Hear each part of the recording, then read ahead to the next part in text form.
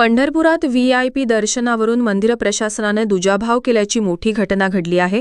भाजपच्या माजी मंत्री सुधीर मुनगंटीवार यांच्या कुटुंबियांना दर्शनासाठी तात्काळ ठेवण्यात आले, तर विद्यमान मंत्री गुलाबराव पाटील यांच्या सोबतच्या व्यक्तींना थेट व्हीआयपी दर्शन घडवण्याचा प्रकार घडला। याबाबतचे व्हिडिओही व्हायरल झाले। सुधीर मुनगंटीवार यांनी जिल्हाधिकारी यांनी दर्शनाला या म्हटल्यावर आपण आलो, पण मंदिरात समन्वयाचा अभाव आहे अशी खंत व्यक्त केली।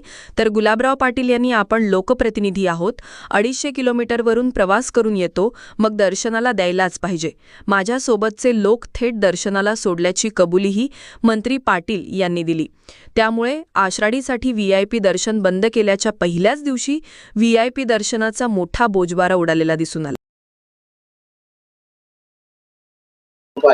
मंदिराच्या प्रशासनामध्ये समन्वयाचा अभाव आहे अशी खंत व्यक्त केली।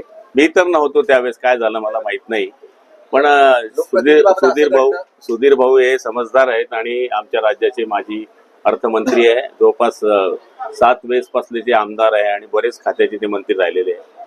त्यामुळे प्रशासनाची चूक असली किंवा लोकप्रतिनिधी चूक असली तरी आम्ही समजून घेऊ। अशा पद्धतीची वागणूक देणं मला पूर्ण माहित नाही, मी बोलेल तर सांगेल। म्हणतात की जिल्हाधिकारी आणि एसपींनी या म्हणून सांगितलं आणि परत हा निर्णय झाल्यामुळे हा समन्वयाचा अभाव झाला। पण मी आल्यानंतर माझ्याबरोबर आता लोकांना सोडलं, पण त्यांच्याबरोबर काय झालं मला माहित नाही आणि असं होऊ नये अशी अपेक्षा आमची आहे।